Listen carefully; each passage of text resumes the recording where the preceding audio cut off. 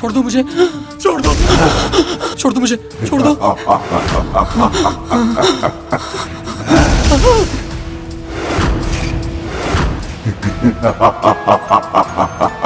मुझे बख्श दो, बख्श दो, मुझे माफ कर दो, जाने दो, मुझे छोड़ दो, मुझे छोड़ दो। अवश्य ही सोनतोची का स्वर है, अर्थात वो भीतर है, परंतु ये राक्षस किसी भी पल इनके प्राण ले सकता है।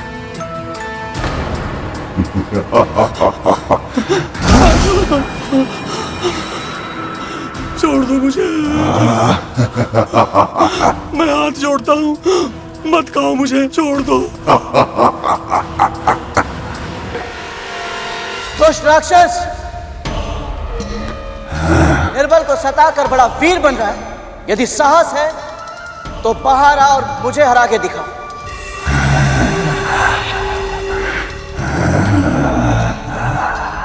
गुफा में छिपकर तो कायर गुर्राते हैं, यदि साहस है तो बाहर आ और मेरा सामना करके दिखा। प्रतीत होता है कि तुझे लुका छुपी का खेल बहुत पसंद है। यदि 3 गिनने तक तू बाहर नहीं आया तो मैं तेरी मृत्यु बनकर भीतर आ जाऊंगा। मत खाओ मुझे, छोड़ दो।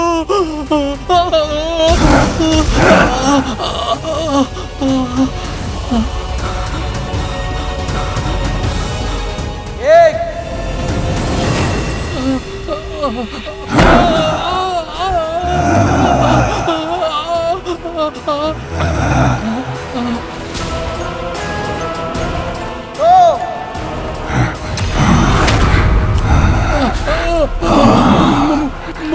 मत खाओ मुझे, छोड़ दो।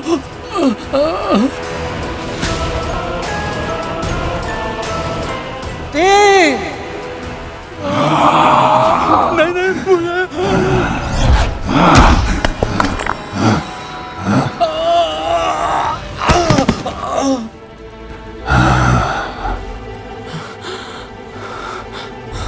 ओए, इधर उधर क्या देखता है? मैं यहाँ हूँ।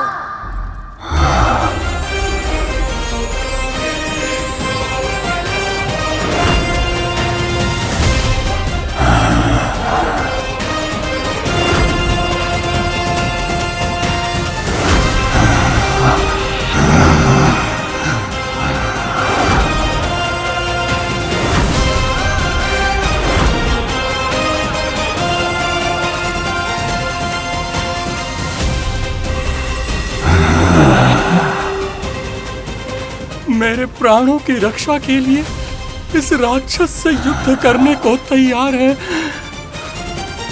कौन है ये वीर? तो तू छोटा सा पक्षी मुझे चुनौती दे रहा है।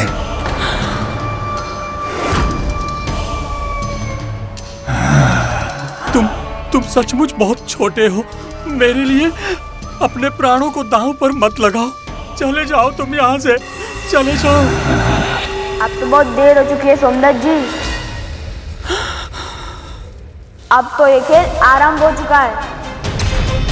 अब या तो ये दुष्ट मुझे हराकर मार देगा या फिर मैं इसे हराकर आपको मुक्त करा लूंगा। तू चींटी की तरह है, इतना सा मसल दूंगा, पर तेरी जेवा बहुत लंबी है। पहले उसे खींचकर बाहर निकालता हूं।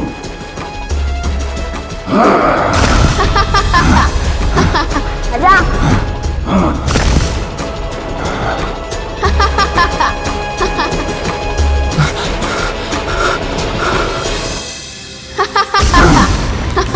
आजा।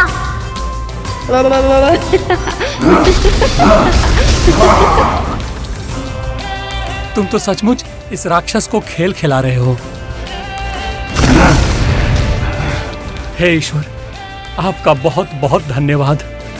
आपने मेरी रक्षा के लिए अपने इस नन्हे दूत को भेजा।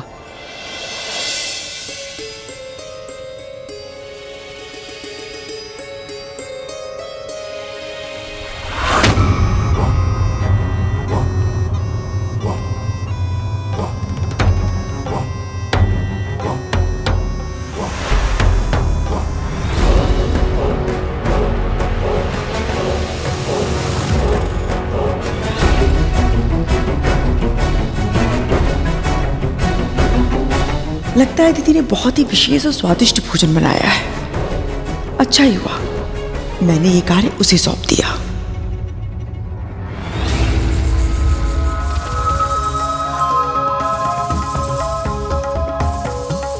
पर ऐसा भी क्या बनाया है कि उसकी सुगंध यहां तक आ रही है? पेड़े तो अवश्य ही केसर के बनाए हैं। मुंह से लार टपकने लगी है विमाता कद्रू। स्वयं पर नियंत्रण रखना अब असंभव होगा आपके लिए। वैसे इसकी गंध तो सचमुच इतनी सुहावनी है कि मैं भी स्वयं पर नियंत्रण नहीं रख पा रहा हूँ।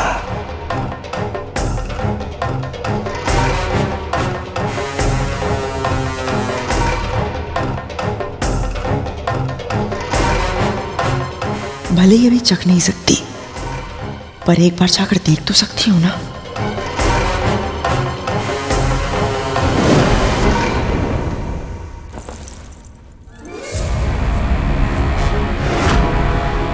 कैसी है तू? अभी आधा दिन भी नहीं बीता है तुझे व्रत रखे हुए, किंतु तेरा धैर्य अभी से समाप्त हो गया। भोजन की सुगंध से तेरे मुख में जल आ गया, किंतु तुझे ये नहीं ध्यान आया कि एक बूंद जल के लिए तेरे पुत्र तरस रहे हैं। ये व्रत तूने अपनी संतान की प्राण रक्षा के लिए रखा है ना, किंतु फिर भी तेरा मनोबल इतना कम है कि भोजन की सुगंध से तू हार गई है। मैं केवल भोग देखने जा रही थी कि कहीं उसमें कोई कमी तो नहीं है। बस कर, बस कर। तू सबसे झूठ बोल सकती है, किंतु तू मुझसे कभी झूठ नहीं बोल सकती। कल तू अपने स्वामी के सामने बहुत बड़े बड़े वचन की बातें कर रही थी ना, क्या हुआ आज? यही कहा था ना तूने, यदि सावित्री अपने पति सत्यवान के प्राण यमराज से छुड़ा कर ला सकती है तो मेरे अंदर भी सतीत्व की वही शक्ति है, वही दृढ़ निश्चय है। कहां गई वो शक्ति, कहां गया वो दृढ़ निश्चय? यमराज से टकराना तो दूर, तू तो अपने लोभ से भी नहीं जीत सकती। विंता को देख और सीख उससे। भोजन को देखना और सुनना तो दूर, उसके मन में तो कोई विचार भी नहीं आ रहा है। और उसका पुत्र, तेरे पुत्रों की रक्षा, तेरे पुत्रों की सफलता के लिए क्या कुछ नहीं कर रहा है। किंतु तू बस कर।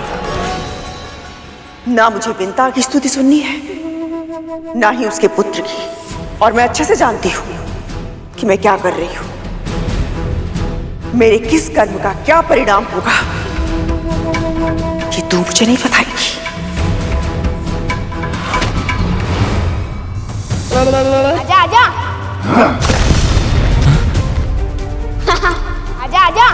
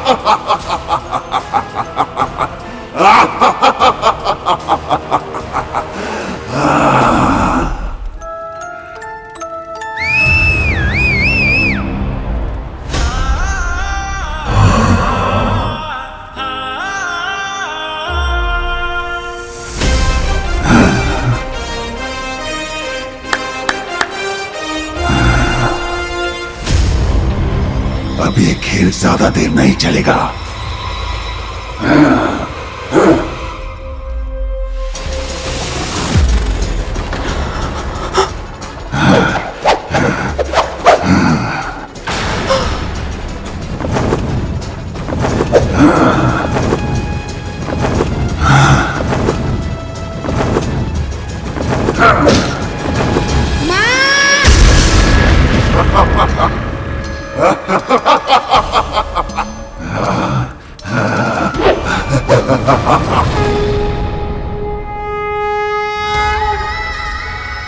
गरुड़,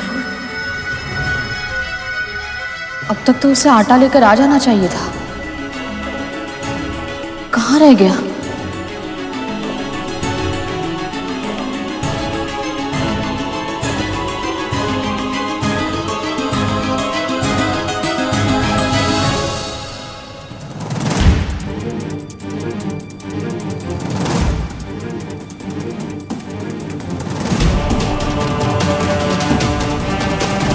ये झड़प तो बहुत लंबी खींच गई। कैसे रोको इस राक्षस को? इस पे तो कोई प्रहार का वार भी नहीं हो रहा।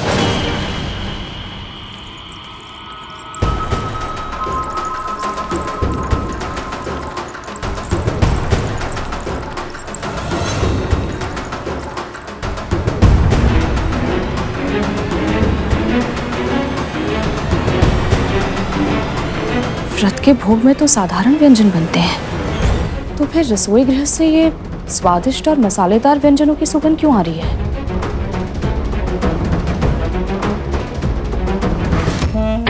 अब कद्रू अपने लोभ से हारेगी और उसके पुत्र अपने प्राणों से।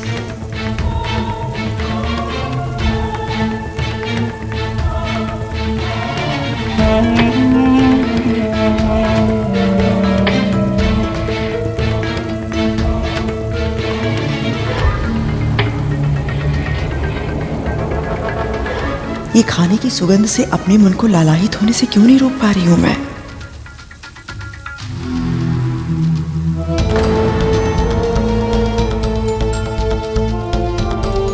जीवित पुत्रिका के व्रत का जीवन बस इतना ही था। अब अवश्य टूटेगा ये व्रत।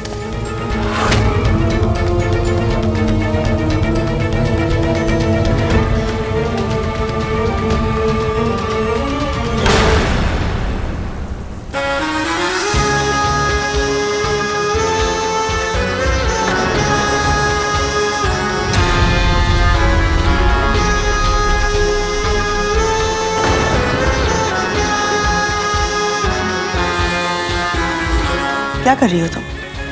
कद्रू, मैं तो व्रत का भोजन बना रही हूँ।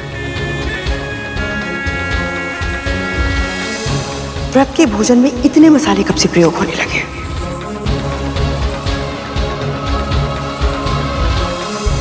और ये तड़का? व्रत का भोजन ना तो मैंने ऐसा देखा है ना कभी सुना है।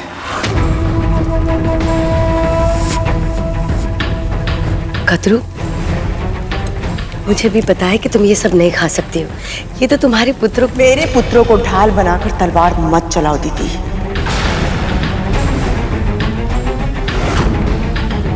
मेरे पुत्रों में विष भरा है, किंतु उनके भीतर अपनी मां के लिए कितना सम्मान है ये केवल मैं जानती हूं।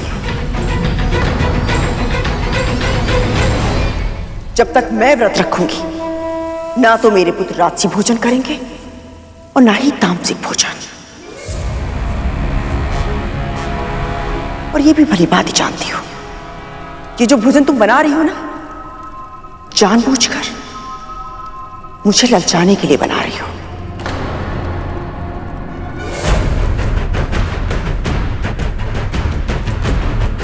कद्रू की इच्छा शक्ति इतनी दुर्बल नहीं है।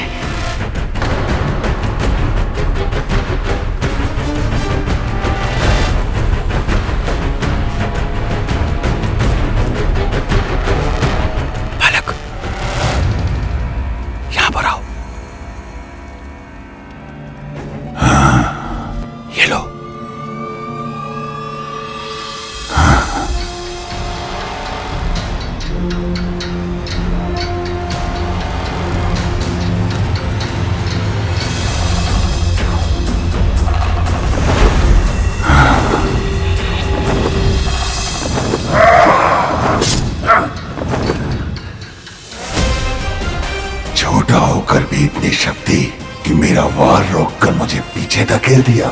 इस बालक में अद्भुत कौशल है, पर यह राक्षस भी विकट है। कैसे बचेंगे हम दोनों के प्राण? कितनी बार मैंने इसके तन पर आघात किया, परंतु हर बार इसके घाव पल भर में ही भर जाते हैं। कैसे विजय प्राप्त करूं इस पर?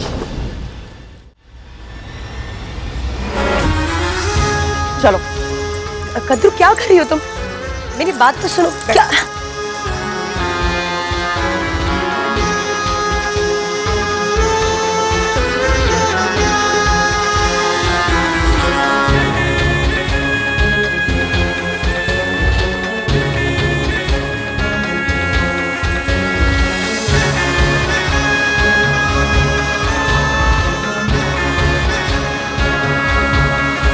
जो क्षण भर के लिए मुझे क्रोध आया था, ये उसका प्रायश्चित है।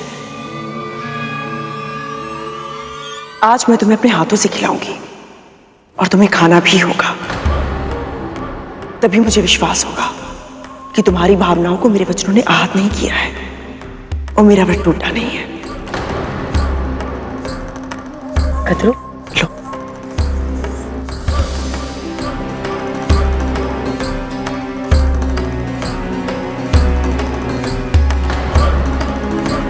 पुत्र, तुम्हें भी भूख लगी होगी ना? मैं तुम्हारी थाली लगा दूं?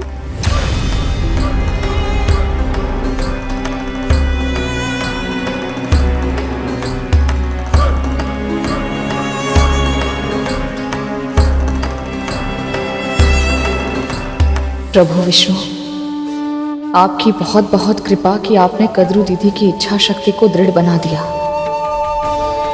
पर अब मुझे सतर्क रहना होगा ताकि दीदी फिर से ऐसा कोई प्रयत्न ना कर पाए।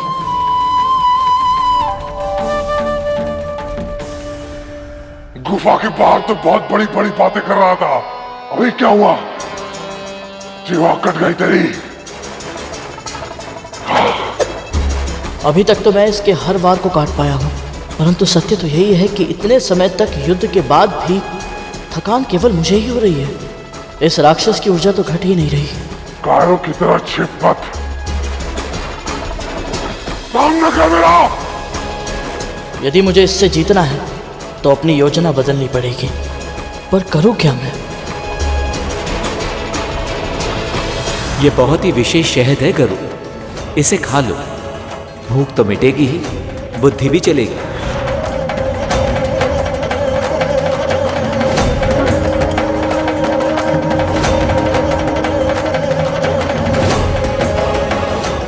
आज तो माँ का व्रत है, उन्होंने पूरे दिन कुछ नहीं खाया, तो फिर मैं ये कैसे पी सकता हूँ?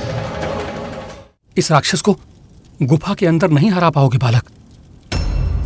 ये गुफा ही इसकी शक्ति का स्रोत है। किसी भी तरह इस राक्षस को गुफा के बाहर लेकर जाओ, तभी तुम इसे हरा पाओगे बालक। अरे वाह, बड़ा ही दिव्य शहद है ये। केवल सुगंध से ही उपाय सामने आ गया, वो भी इसे चल के। क्या कहा?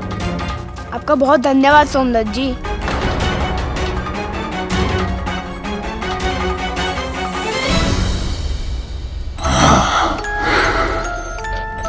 आजा आजा।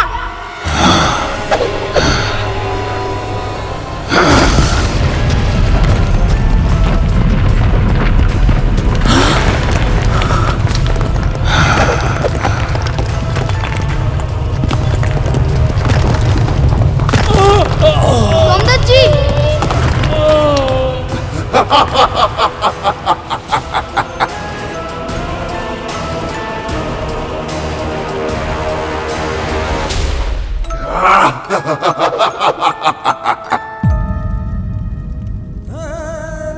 आपकी पत्नी को बहन कहकर पुकारा था मैंने और वचन दिया था कि आपको सुरक्षित लेकर आऊंगा, पर अब मैं अपना वचन कैसे पूरा कर पाऊंगा?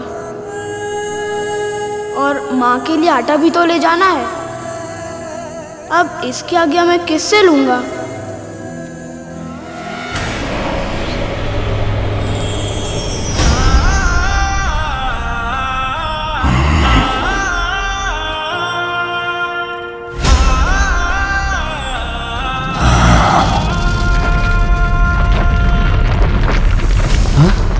ये ध्वनि किस चीज की है?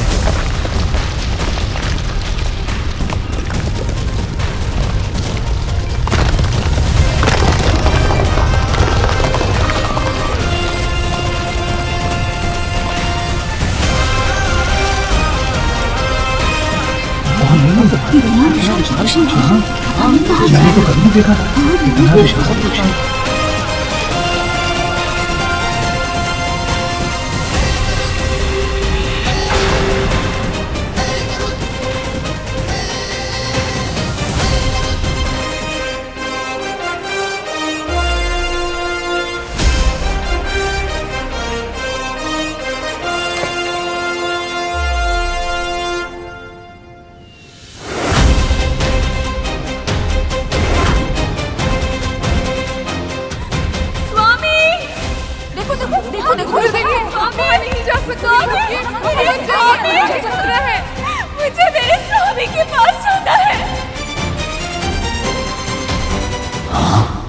विशाल।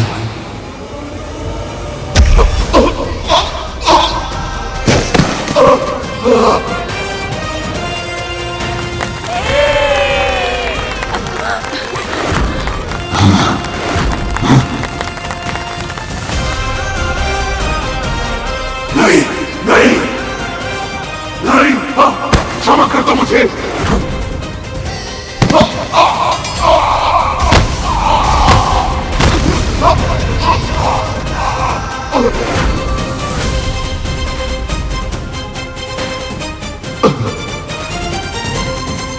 राक्षस का अंत हो गया। हमें मुक्ति मिल गई।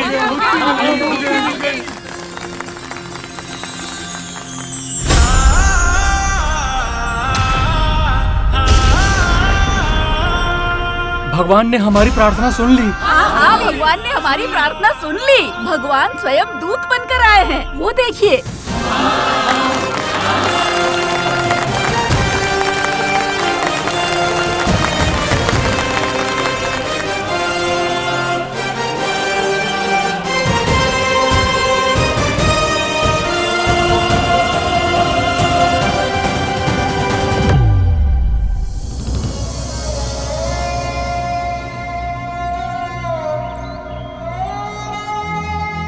कैसे बताऊं कि मैं सोमदत्त जी को बचा नहीं पाया।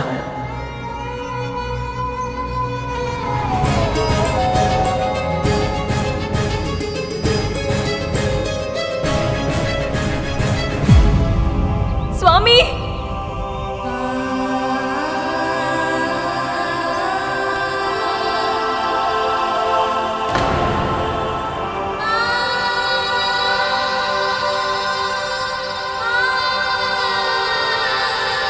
हे प्रभु विष्णु, आपने मेरा वचन व्यर्थ नहीं होने दिया। आपकी असीम कृपा है मुझ पर। इस समय मैं जीवित हूं तो केवल आपके कारण। यदि मैं आपके किसी काम आ सकूं तो मुझे बहुत प्रसन्नता होगी। एक कार्य है जो केवल आप ही कर सकते हैं सोमदत्त जी। हाँ हाँ। मेरी माँ और विमाता ने जीवित पुत्री का व्रत रखा है। यदि आप उसके लिए मुझे मरुए का आटा देते तो। बस इतनी सी बात। जाओ लेकर आओ जल्दी।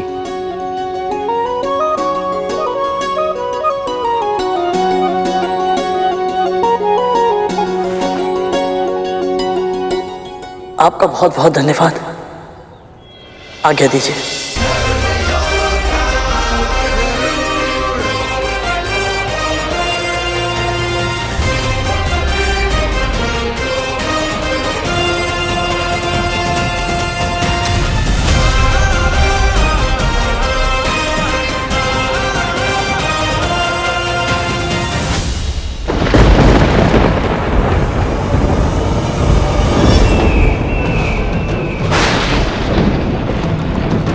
इस परछाई को देखकर मुझे पुनः भय का आभास क्यों हो रहा है?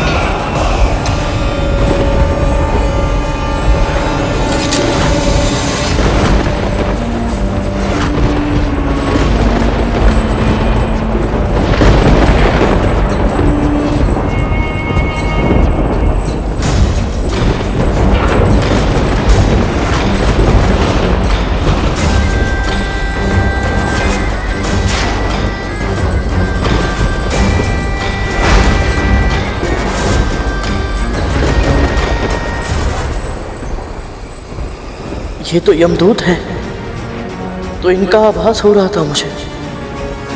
पर ये मेरा भ्रम है या सच में ये मुझे चुनौती देकर गए हैं कि शीघ्र ही ये मेरे भाइयों को भी ऐसे ही ले जाएंगे।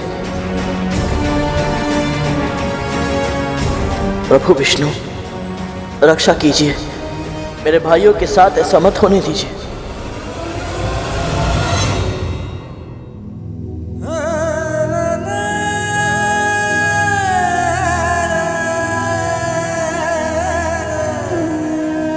उनका स्वास्थ्य तो बिगड़ता ही जा रहा है भैया। आपको क्या लगता है माँ का व्रत सफल होगा?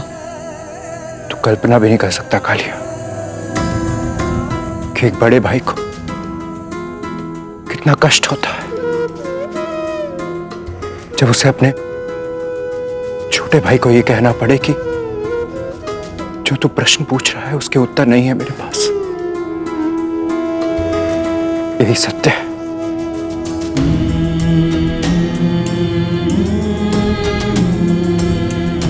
कालिया, मैंने मां को ये व्रत करता हुआ आज तक कभी नहीं देखा। मैं नहीं जानता कि कल क्या होगा।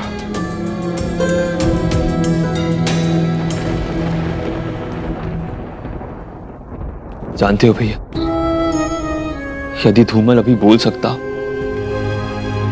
तो क्या बोलता? यही कि दासी मां भी ये व्रत रख रही है, इसलिए इस व्रत की सफल होने की आशा और भी अधिक है। हम सदैव इन्हें डांटते रहे भैया, किंतु एक बात तो माननी पड़ेगी, तख्तू धूमल ने जब भी कुछ कहा सत्य ही कहा। उठो सब, महाराज अनर्गल प्राप सुनने को तरस गया हूं मैं। वचन देता हूं तुम सबको, मैं सबको वचन देता हूं कि आज के बाद मैं किसी को नहीं सताऊंगा, किसी को तंग नहीं करूंगा। एक बार आके खोलो। आपका ये वचन मैं भी निभाऊंगा भैया, सबका साथ हमेशा निभाऊंगा। बस शीघ्र ही तुम सब स्वस्थ हो जाओ मेरे भाइयों, शीघ्र ही स्वस्थ हो जाओ।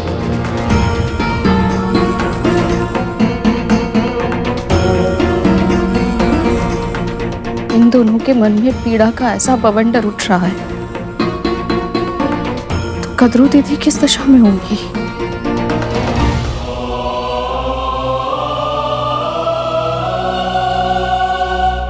सूर्यदेव ने हमारे अरुण को अपने रथ का सारथी बना लिया है। सच? हाँ विंता, बिल्कुल सच।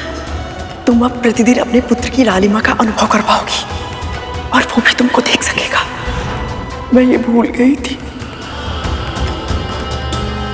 कि तू यदि विंता को नित्य देखता होगा तो तेरी दृष्टि मुझ पर भी पड़ती होगी ना। विंता ने कभी दोष नहीं दिया मुझे अरुण, किंतु तेरे मन में मेरे लिए कितना आक्रोश होगा।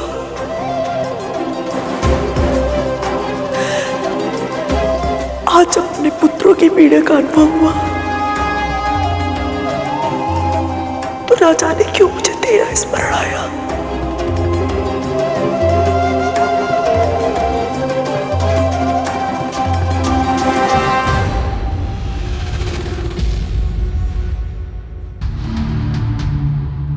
कद्रू जैसे भावुक हो रही है उसे देखकर मेरी शंका और भी बढ़ गई है।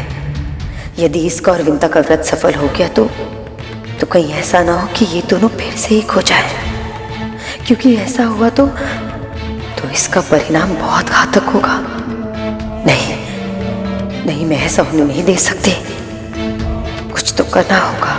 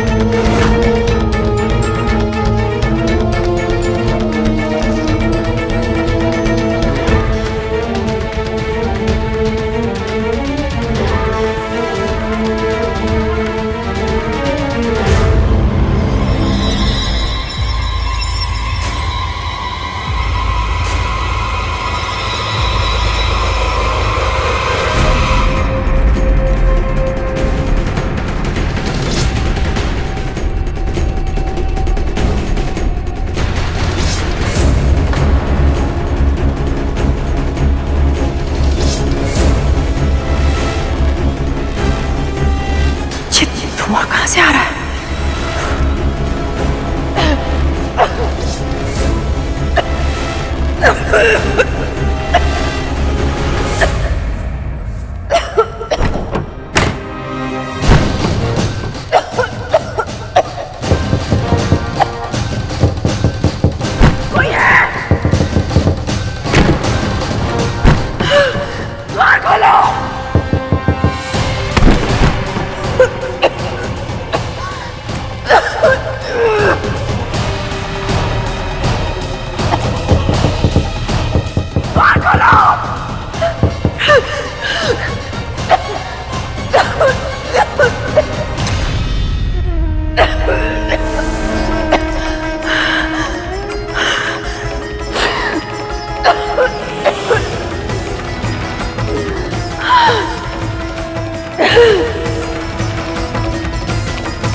बस एक बार कद्रू जल पी ले तो इसका जीवित पुत्रिका का व्रत टूट जाएगा।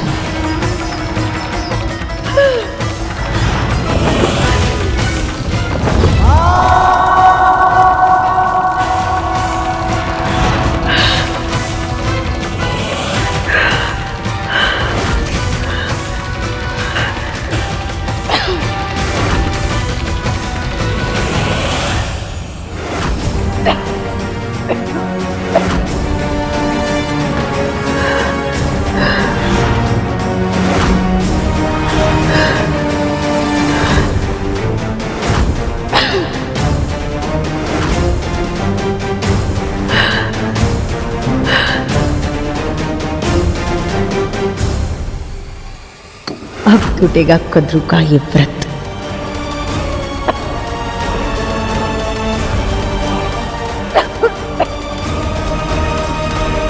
दीदी,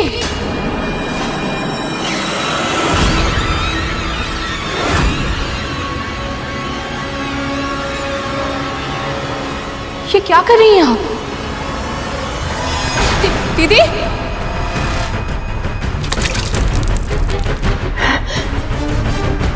दीदी,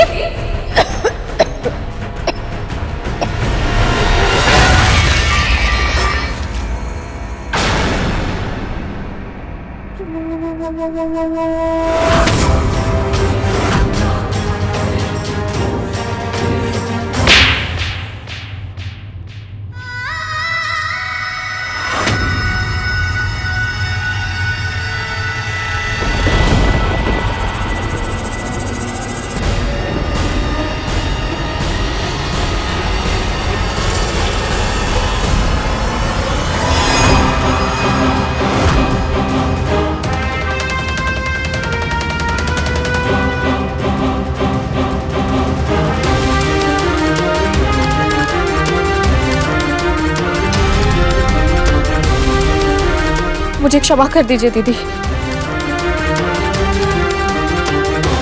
मैं तो बस आपको निर्जला व्रत तोड़ने से रोकने का प्रयास कर रही थी। यदि आपने यह जल पी लिया होता तो आपके पुत्र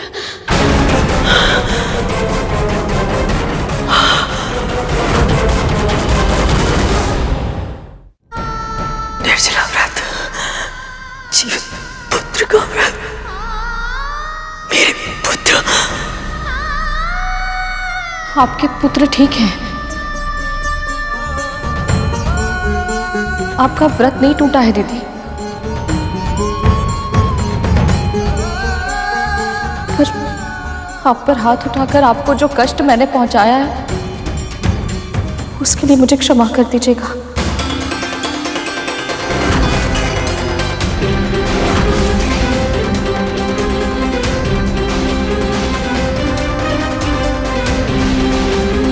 दासी माँ, इतना दुस्साहस!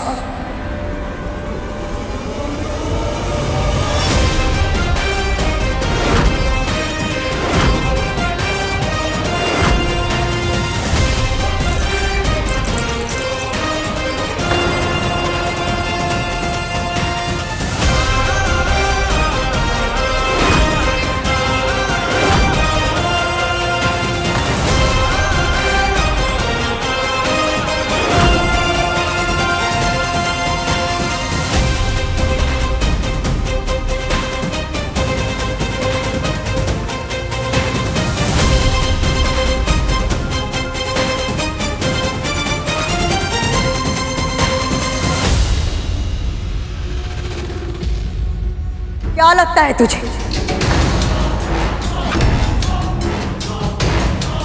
तेरे घूरने से ये दोनों शांत हो जाएंगे? भय से दुपक कर छुप जाएंगे, वो भी तब जब तेरी माँ ने एक दासी की मर्यादा को भंग किया है। अपनी स्वामिनी को, इनकी माँ को थप्पड़ मारा है इसने। बस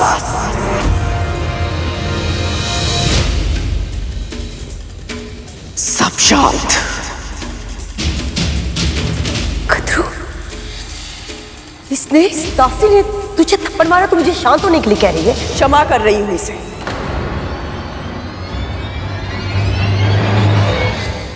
इसने मेरा व्रत टूटने से बचाया है।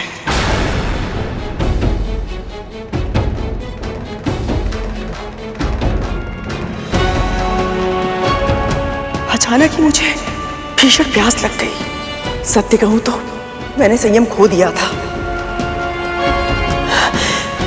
यदि विंता आज मुझे नहीं रोकती तो मेरे पुत्र। किंतु माँ, आपको अचानक से इतनी प्यास क्यों लगी?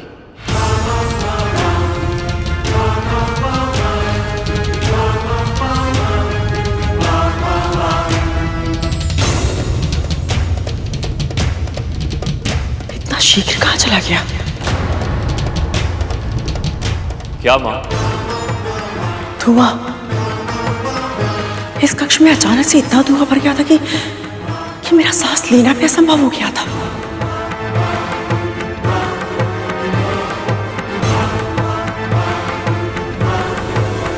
और उस धुएं के कारण मुझे तीव्र खांसी हुई।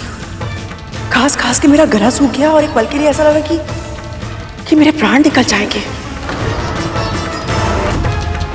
तभी मुझे जल दिखाई दिया और एक क्षण के लिए भूल गई मैं कि मेरा व्रत है।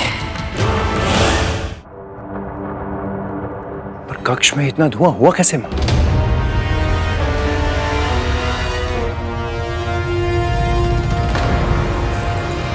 जो हुआ सो हुआ। अब हम अतीत की चिंता करेंगे तो भविष्य पीछे छूट जाएगा। हमें ये सोचना है कि हमें आगे करना क्या है। यहाँ सूर्यास्त होने को है और भोग की सामग्री का कुछ अता पता नहीं। क्षमा कीजिए, मुझे आने में विलंब हो गया। यह आटा लाने में सोमदत्त जी की आज्ञा आवश्यक थी और ये कार्य इतना सरल नहीं था। यह आटा ले आया एक बार फिर। हमारे ही जाल में असफल कर दिया इसने हमें। आटा लाना आसान नहीं था, ऐसा क्यों कहा इसने? आसान तो नोनी का साग भी लाना नहीं होगा,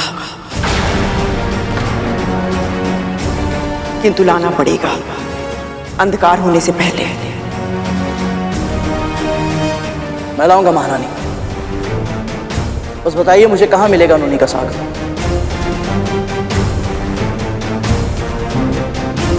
उसे लेने के लिए तुझे महर्षि अगस्त्य के आश्रम जाना होगा।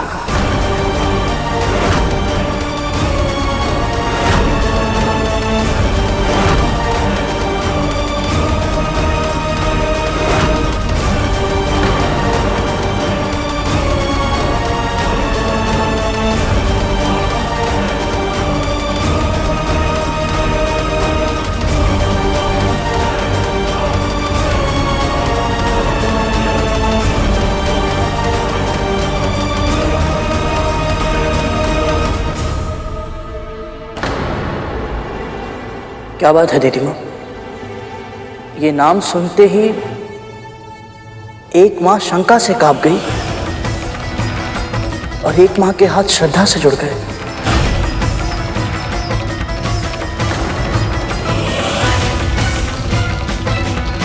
कौन है महर्षि अगस्त्य?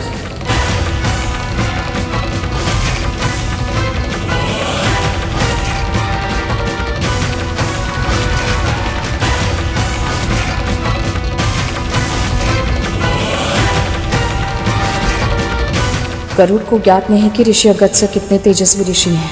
यदि उन्होंने इसकी परीक्षा लेनी चाहिए तो ये बहुत बड़ी मुसीबत में फंस सकता है।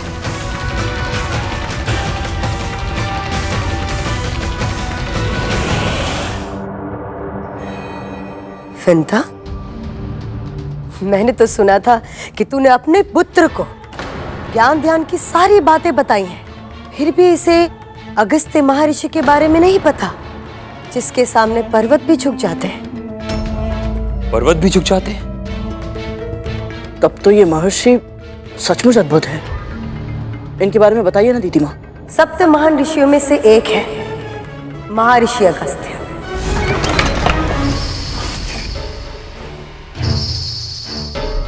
इतने शक्तिशाली हैं, इतने शक्तिशाली कि एक बार उन्होंने शाल पर्वत को भी विवश कर दिया था अपनी आज्ञा मानने के लिए।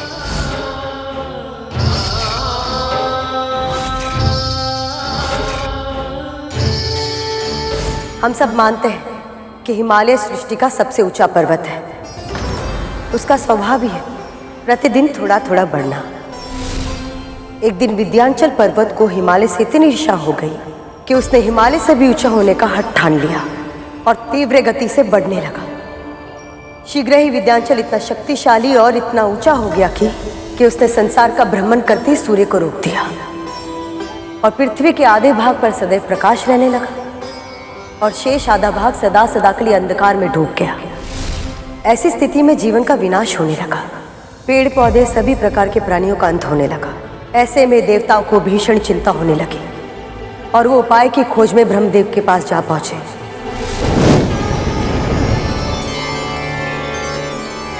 प्रणाम ब्रह्मदेव।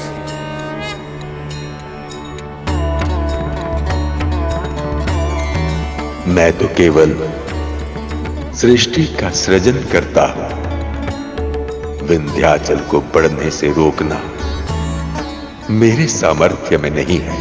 ब्रह्मदेव से इच्छा पूरी नहीं हुई तो सभी देवगण विष्णु के पास जा पहुंचे। प्रणाम विष्णु जी। सृष्टि में जो होता किसी न किसी कारण से ही होता और इसीलिए आपकी समस्या का समाधान करना मेरे लिए संभव नहीं। विंध्याचल के विकास को रोकने का उपाय महादेव शिव शंकर ही कर सकते हैं। संपूर्ण ब्रह्मांड में केवल एक ही महात्मा है जो पृथ्वी पर छाए इस संकट का समाधान कर सकते हैं और वो है महर्षि अगस्त्य। आप सब उनके पास जाइए, समाधान अवश्य मिलेगा।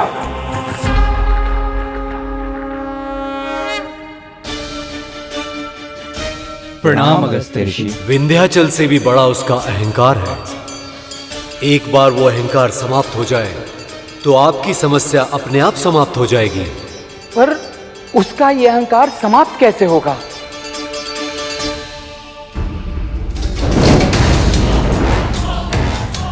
कितने छोटे हैं ये सब मेरे सामने, कितने तुच्छ। ओम नमः शिवाय, ओम नमः शिवाय, ओम नमः शिवाय, ओम नमः शिवाय, ओम नमः शिवाय, ओम नमः शिवाय। मैं इतना विशाल हूं पर मेरी ओर आंख उठाकर भी नहीं देखा। ओम नमः शिवाय, ओम नमः शिवाय। अवश्य ही ये कोई बहुत सिद्ध महान ऋषि हैं। तभी तो शिव भक्ति में इतने लीन हैं कि आसपास की कोई भी वस्तु इन पर अपना प्रभाव नहीं डाल पा रही है। ओम नमः शिवाय। यदि इनका मुझे आशीर्वाद मिल जाए तो मेरा प्रभुत्व और भी अधिक बढ़ जाएगा। ओम नमः शिवाय। अभिवादन स्वीकार कीजिए महर्षि। ओम नमः शिवाय। अभिवादन स्वीकार कीजिए महर्षि।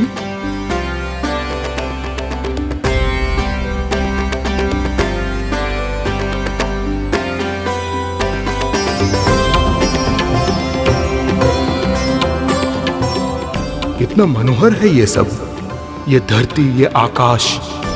इन्हीं सब से तो मेरी सुंदरता भी है। ऋषि श्रेष्ठ, मुझे दर्शन देने के लिए आपका बहुत बहुत धन्यवाद। कृपया बताएं, आपके सम्मान में मैं क्या कर सकता हूं? ऋषि अगस्त्य। मैं दक्षिण दिशा की ओर जा रहा हूं। पर्वत श्रेष्ठ, जब तक लौट कर नहीं आता हूं आप ऐसे ही रहिएगा, दंडवत प्रणाम की मुद्रा में। यही मेरा उचित सम्मान होगा। जो आज्ञा महर्षि।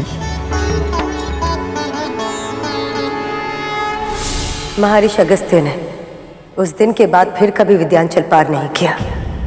वो वहीं दक्षिण में ही बस गए। पर उनकी असीमित शक्ति का प्रमाण देता है विंध्याचल पर्वत।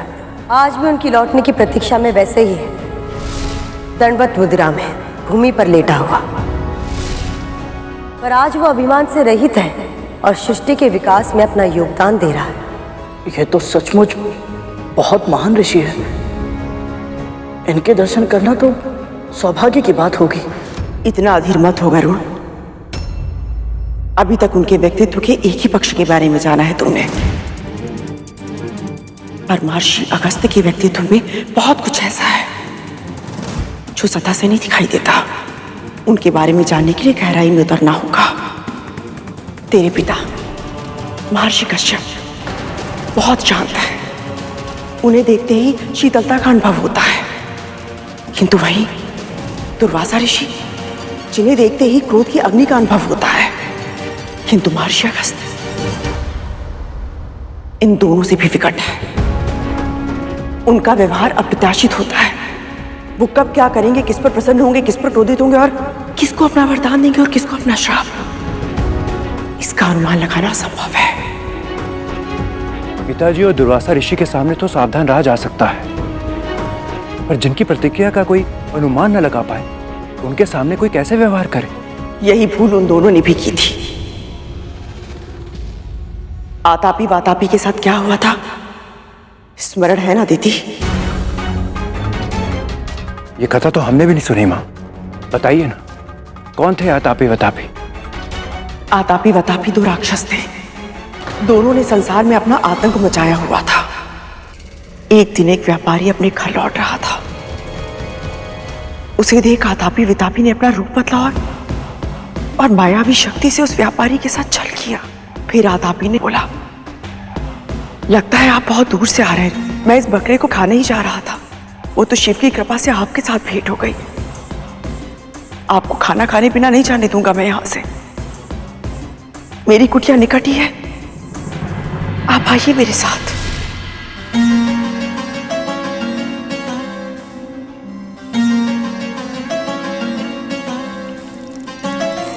भोजन बहुत ही स्वादिष्ट बनाया था आपने।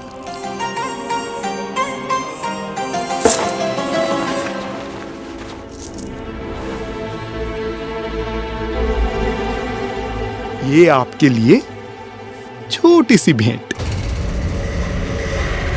बकरा बड़ा था, भोजन स्वादिष्ट, और भेंट ये इतनी छोटी सी। वातापी, समय हो गया।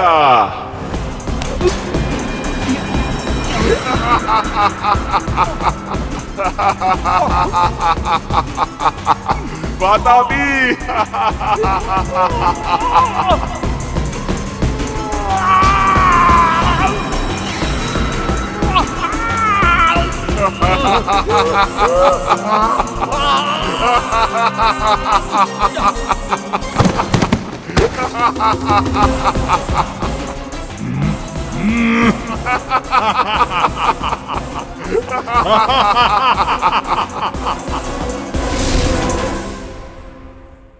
ये तो विचित्र माया है। पर माँ, महर्षि अगस्त्य की कथा का इनके साथ क्या संबंध है? एक दिन महर्षि अगस्त्य भी उसी मार्ग से जा रहे थे। ओम नमः शिवाय, ओम नमः शिवाय। तभी आतापी वातापी की दृष्टि उन पर पड़ी। ओम नमः शिवाय, ओम नमः शिवाय। पल भर में उनके मन में लोभ और जीवा में पानी आ गया। ओम नमः शिवाय, ओम नमः शिवाय। आतापी वातापी आज महाभोज का आनंद उठाएंगे। ये ढोल सब पेट फाड़ेंगे और स्वाद से खा जाएंगे। लगता है बहुत दूर से आए हैं ऋषिवर। देखिए, बिन भोजन मैं आपको जाने नहीं दूंगा, निकट ही मेरी कुटिया है, तो आइए।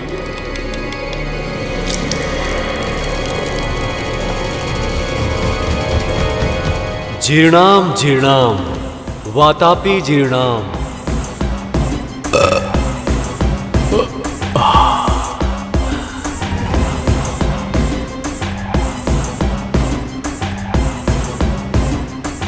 वातापी, वातापी, समय हो गया।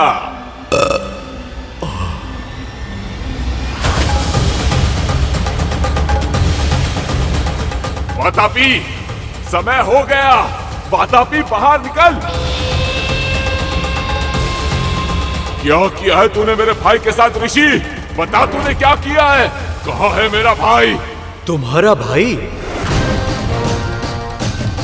मैंने कहा था, तुमने सुना नहीं?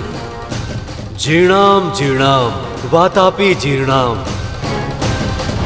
इस मंत्र के उच्चारण से भारी से भारी भोजन पचा सकते हैं। तुझे इसका दंड मिलेगा।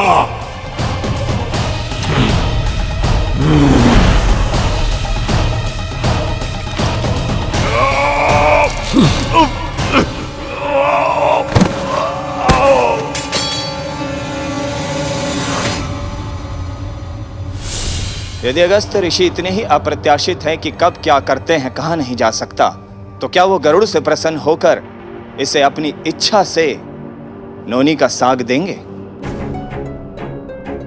ये कार्य कठिन है, परंतु असंभव नहीं।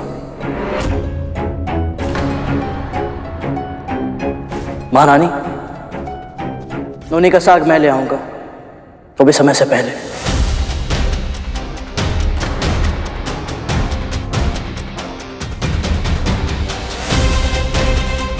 तुझे लाना ही होगा गरुड़। मेरे पुत्रों के प्राण अधर में है। अवश्य लाऊंगा महारानी, फिर चाहे मुझे अपने प्राण ही क्यों ना देने पड़े।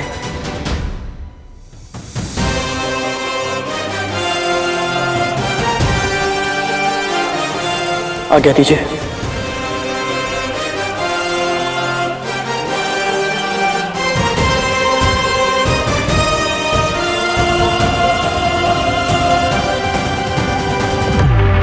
मैं गरुड़ के असफल होने की प्रतीक्षा नहीं कर सकती। मुझे स्वयं ही ये निश्चित करना होगा कि इनसे कोई चूक हो जाए और ये जीवित पुत्रिका के व्रत विफल हो जाए। पर कैसे करूं ये? कैसे?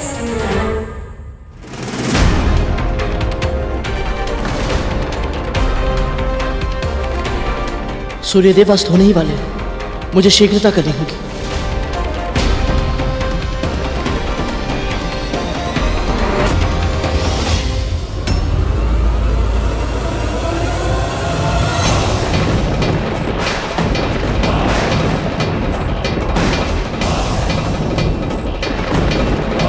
यमदूत यहाँ?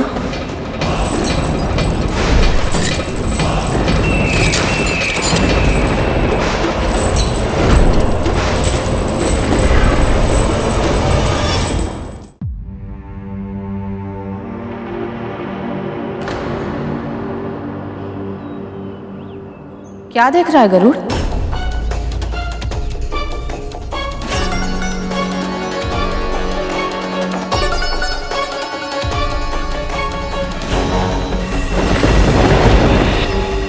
क्या हुआ? बोल। पता नहीं मां, विचित्र सा भय लग रहा है। मैं जानता हूं मैंने क्रोध में आकर अपने भाइयों को कहा था यदि उन्होंने आप पर अत्याचार किया तो मैं उन्हें ऐसी अवस्था में पहुंचा दूंगा कि वो ईश्वर से अपनी मृत्यु की कामना करेंगे। और आज जब सच में उनके प्राण संकट में है तो बोले गए शब्द धनुष से छूटे तीर की तरह होते हैं गरुड़। चाहकर भी उन्हें वापस नहीं लौटाया जा सकता। पर इस समय तो इन नकारात्मक विचारों को मन में मत आने दे। अभी जो कार्य करना है उस पर ध्यान दे। सच कहूं तो इस आपदा में भी एक वरदान मिला है तुझे। हाँ गरुड़, महर्षि अगस्त्य से भेंट का अवसर किसी सौभाग्य से कम नहीं है। जब वो तेरे सामने आए ना तो तू उन्हें दंडवत प्रणाम करना। तब तक भूमि से मत उठना जब तक वो तुझे आशीर्वाद ना दे दे। यदि उन जैसे महान ऋषि का वरद हस्त तेरे सर पर होगा तो तेरे भाइयों के साथ कोई अहित नहीं होगा। गहरी श्वास ले गरुड़। अन्य सभी चिंताओं को अपने मस्तिष्क से निकाल दे। अपने मन को विचार शून्य कर ले। केवल वर्तमान में जो कार्य करना है ना उस पर ध्यान केंद्रित कर।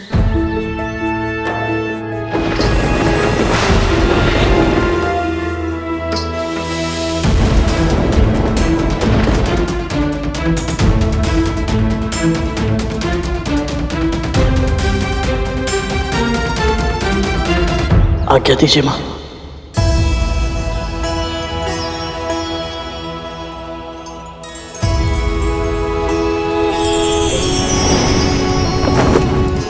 हे नारायण, इसे सफल बनाइए।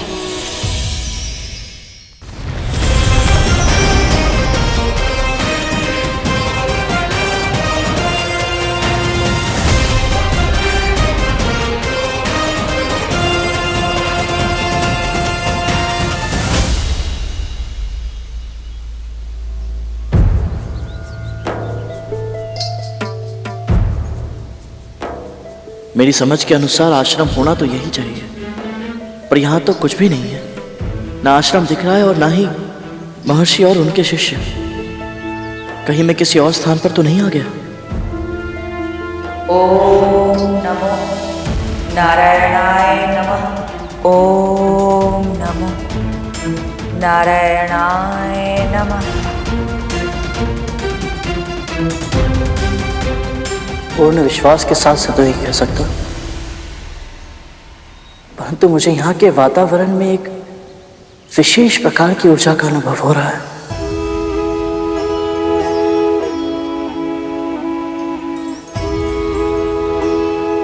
यदि आप सब महर्षि अगस्त्य की साधना शक्ति के साक्षी रहे हैं, तो कृपया मुझे भी उनकी आभा का दर्शन करवाइए। कोई संकेत दीजिए मुझे।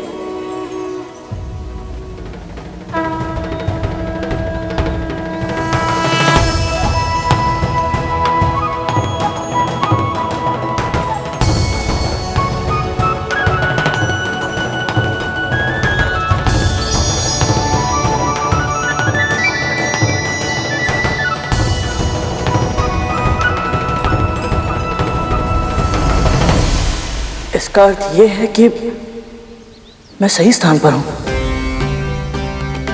अब बस महर्षि के दर्शन प्राप्त हो जाए।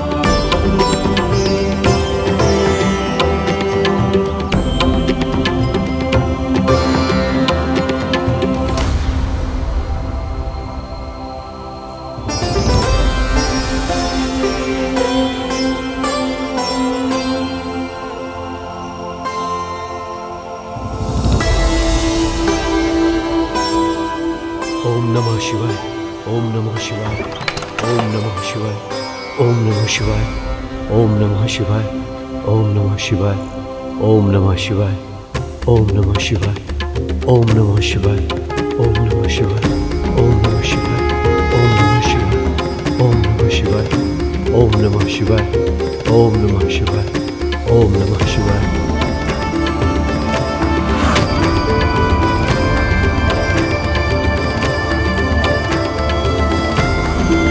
महर्षि अगस्त्य से भेंट का अवसर किसी सौभाग्य से कम नहीं है। जब वो तेरे सामने आए ना, तो तू उन्हें दंडवत प्रणाम करना। तब तक भूमि से मत उठना जब तक वो तुझे आशीर्वाद ना दे दे।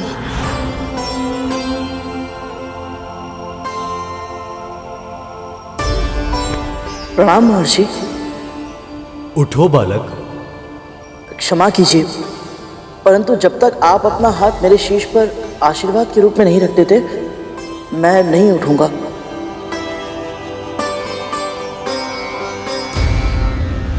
इस दासी ने तुझ पर हाथ उठाया कद्रू, और तुमने इसको दंड तक नहीं दिया। ऐसे नियंत्रित करी तुम इस विंता और उसके पुत्र को। मैं मानती हूं कद्रू कि क्रोध ना करके तुम अपनी जीवित पुत्रिका के व्रत को व्यर्थ नहीं करना चाहते, क्योंकि तुम्हारे पास ये अंतिम उपाय है अपने पुत्रों के प्राण बचाने का। पर यदि तुम इन दोनों को उनकी मर्यादा नहीं सिखाओगी, तो देखना कद्रू, ये दासी एक दिन तुम्हारे शीश पर बैठकर राज करेगी, और तुम सिर्फ चुपचाप देखने के सिवाय कुछ नहीं कर पाओगी। ये स्वयं तुम्हें थप्पड़ मार सकती है। तो कल्पना करो कि भविष्य में वो अपने विशाल विकट पक्षी से क्या क्या करवाएगी। तुम हंस रही हो कद्रू? स्वर्ग में तुम्हें बहुत अच्छी नींद आती होगी ना दीदी? तुम्हें स्वप्न देखने की इतनी लत लग चुकी है तुम दिन में भी स्वप्न देखने लगी हो। एक तो दिवा स्वप्न, ऊपर से इतना आनंददायक। हंसू नहीं तो क्या करूं?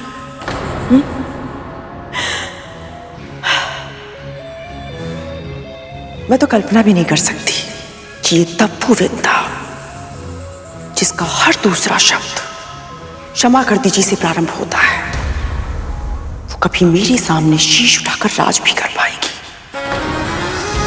वो मेरे समक्ष एक चींटी के समान है। जैसे एक चींटी अपने भार से सहस्त्र गुणाधिक भार उठाकर चलती है, वैसे ये भी कभी अपराध बोध का, कभी अपने वचन का, कभी अपनी अच्छाई का और कभी दया का बोझ उठाकर शीश पर लाद कर चलती है। ये मेरे सामने अपना स्वर उठाए, असंभव है। ये असंभव।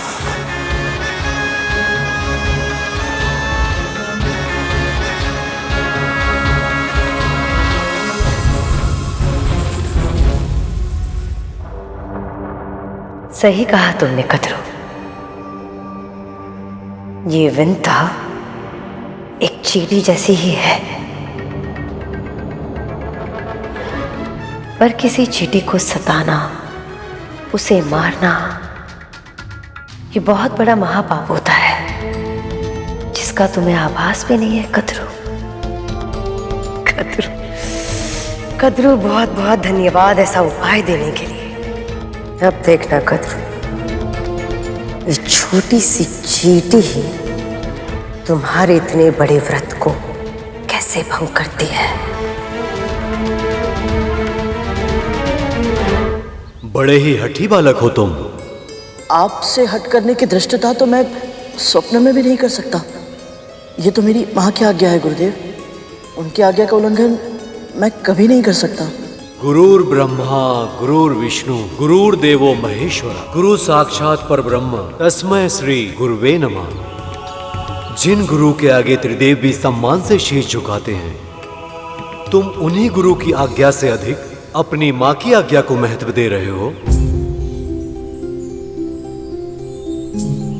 श्री गंगा जी के समान कोई और तीर्थ नहीं, श्री विष्णु के समान कोई और प्रभु नहीं, शिव के समान कोई पूज्य नहीं और मां के समान कोई और गुरु नहीं।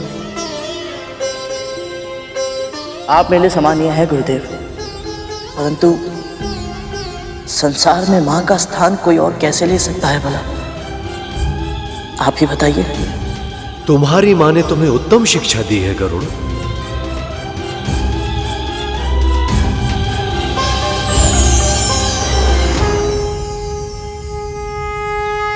कल्याण हो गरुड़।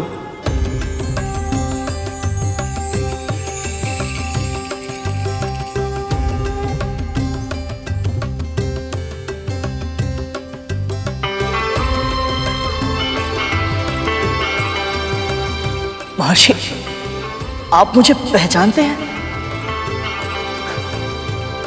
मेरी माँ ने बताया था आप सर्वज्ञाता है, सब कुछ जानते हैं, परंतु स्वयं आपकी महानता का अनुभव करना अद्भुत है मेरे लिए। आप कैसे? जीवित पुत्री का व्रत के लिए नौनी का साग लेने आए हो ना?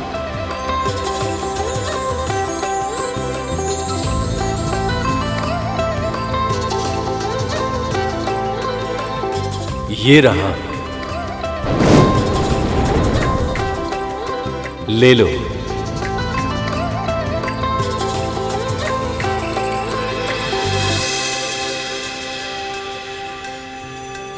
आपका बहुत बहुत धन्यवाद।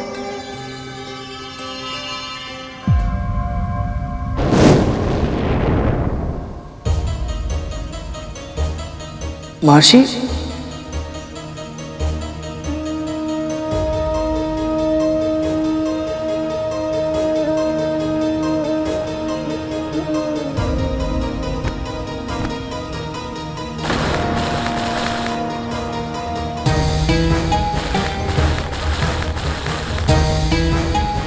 महर्षि,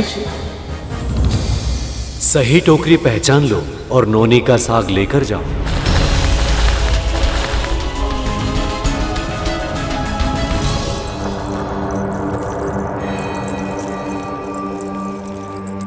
राहु, ये नाग का बिल देख रहे हो, इसमें हाथ डालो।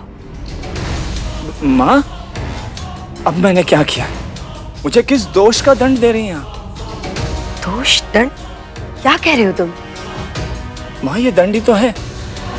मैं नागों के बिल में हाथ डालूंगा तो नाग डस लेंगे मुझे। नाग डसने के लिए बिल में भी तो होने चाहिए ना राहु। वो महल में है, अपने अर्धमृत्यु भाइयों की सेवा कर रहे हैं, समझे?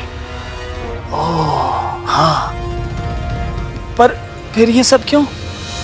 चींटियां चाहिए मुझे। हाँ, मुझे तो लगा था गोबर उठाने से अधिक विचित्र कार्य है और कुछ नहीं है, पर आपने तो उससे भी अधिक विचित्र कार्य दे दिया मुझे। माँ, चींटियां क्यों चाहिए आपको? बकवास मत करो, व्यर्थ के प्रश्न पूछकर समय मत नष्ट करो। जो कह रही हूं करो, हाथ डालो। आप कह रही हैं तो, पर माँ,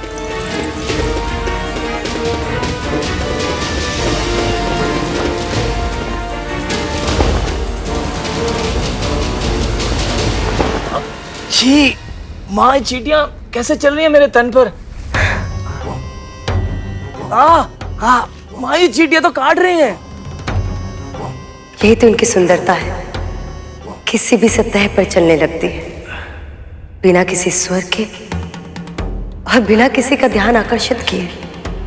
चुपचाप शीघ्र करो राहु।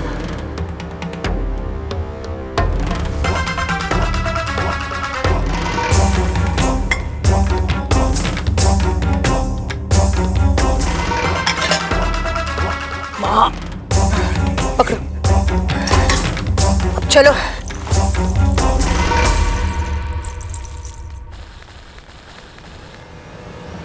ये कैसा खेल है? महर्षि ने तो पूरी तरह से भ्रमित कर दिया।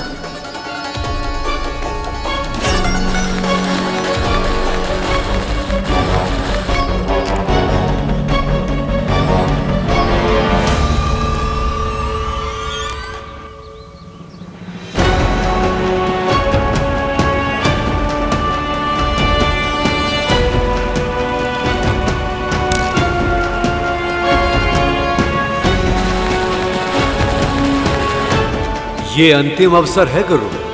यदि तुमने इस बार चूक कर दी तो तुम्हें नोनी का साग लिए बिना ही लौटना होगा।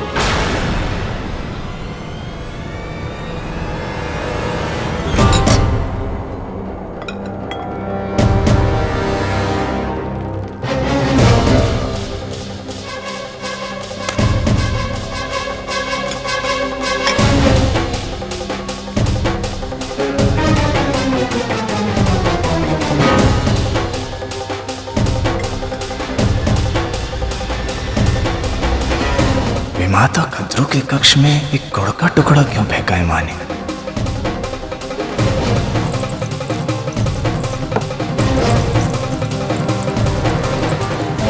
राहु, पकड़ो इसे ध्यान से।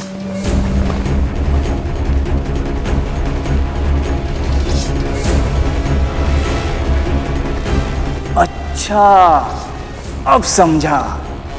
विमाता कद्रू इस चटाई पर लेटेंगे और उनके भार से दबकर सारी चींटियां अवश्य मर जाएंगी और उन्हें जीव हत्या का महापाप लगेगा और उनका व्रत भंग हो जाएगा। वाह माँ वाह। नहीं राहु, इतनी शीघ्र प्रसन्न मत हो। इस कार्य को सफलता तब मिलेगी जब कद्रू वृंदा से दूर रहेगी और ये कार्य तुम करोगे। अवश्य माँ। जाओ।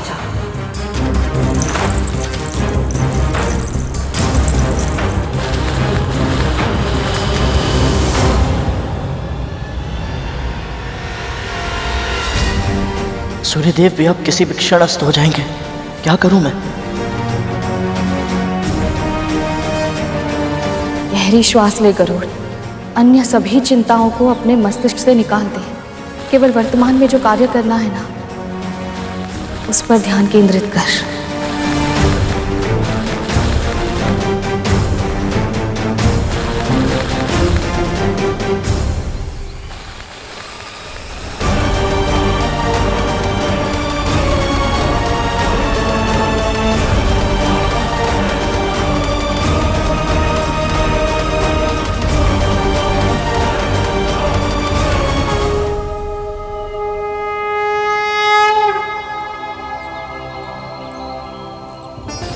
क्षमा करें गुरुदेव, मैं समझ गया। जब तक आप मुझे सिखाएंगे नहीं, मैं सही टोकरी चुनने में असमर्थ हूं। अच्छा शिष्य बनने के लिए उस व्यक्ति को सबसे पहले ये स्वीकार करना चाहिए कि उसे इस विषय का ज्ञान नहीं है और उसे सीखने की आवश्यकता है। व्यक्ति में विनय का गुण हो तभी वो ज्ञान प्राप्त कर सकता है। अब तुमने अपनी अज्ञानता को स्वीकार कर लिया है, तो मैं तुम्हें वो सभी विद्याएं जिनका ज्ञान मुझे है, वो सब अवश्य तुम्हें सिखाऊंगा। किंतु अभी ये लो, ये नौनी का साग अपनी मां के लिए ले जाओ।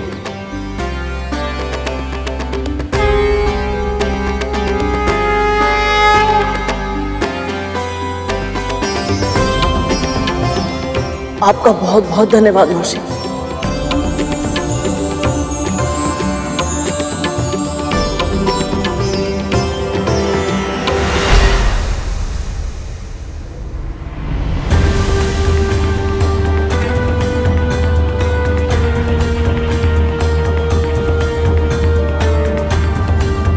तुम गुरु से तब तक कुछ प्राप्त नहीं कर सकते जब तक कि तुम गुरु दक्षिणा न चुका दो।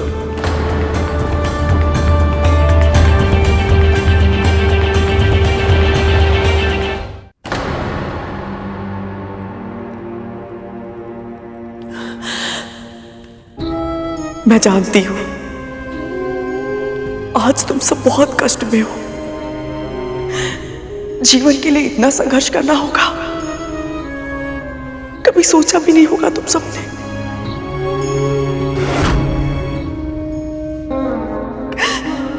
और इस संघर्ष में इतनी आसानी पीड़ा, इसकी तो कल्पना भी नहीं की होगी। किंतु स्मरण रहे, तुम सबने कद्रू की गर्भ से जन्म लिया है। इस सृष्टि में आने का एक ही उद्देश्य है तुम सबका, त्रिलोक पर शासन करना। तुम सब हार नहीं मान सकते।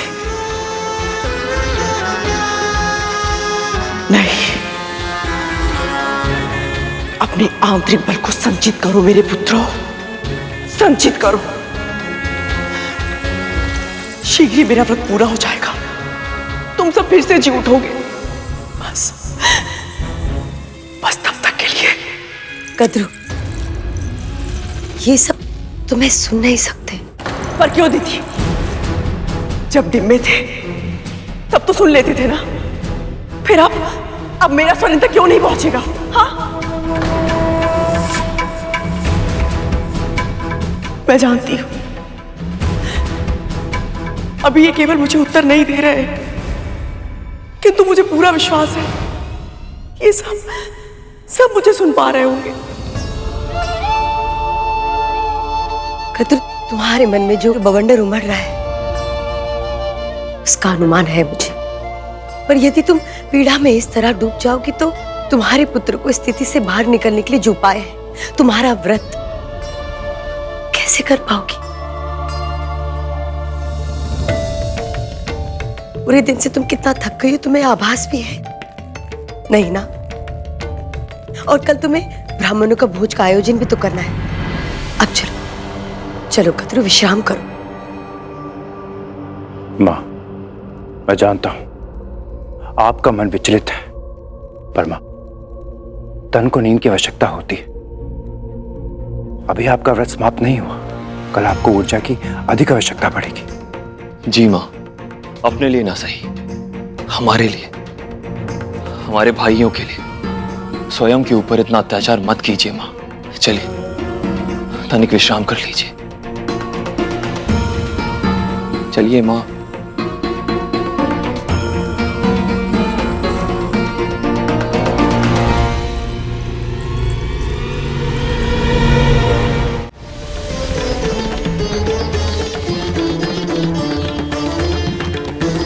आप जैसे महान सर्वज्ञाता महर्षि को भला मैं क्या दे सकता हूं? कुछ अधिक नहीं, बस वो दे दो जो एक पक्षी को सबसे अधिक प्रिय होता है।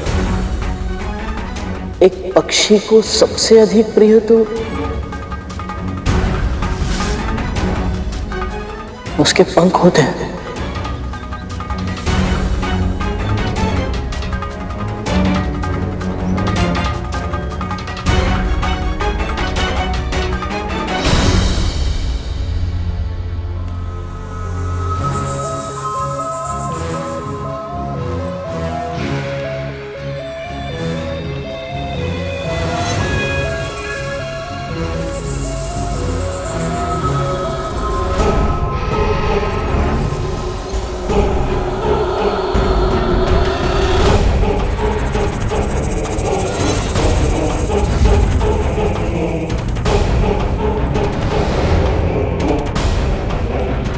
जैसे ही कद्रू इस आसन पर विश्राम करेगी, उसके भार से अनेक चींटियां मर जाएंगी और जीवित हत्या के दोष में उसके जीवित पुत्रिका का व्रत टूट जाएगा।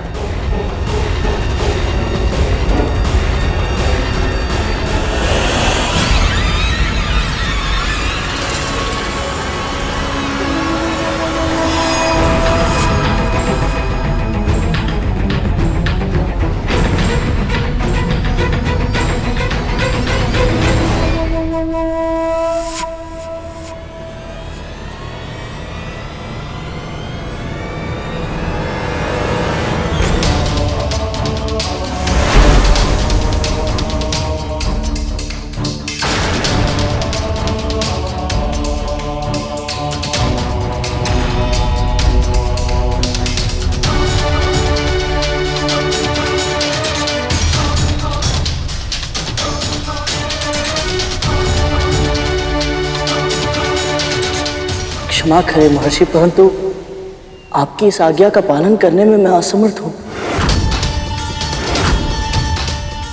मुझे लगा था तुम में इतने संस्कार तो अवश्य होंगे कि तुम अपने गुरु का सम्मान करोगे, अपने कर्तव्यों का पालन करोगे और अपने वचन को पूरा करोगे,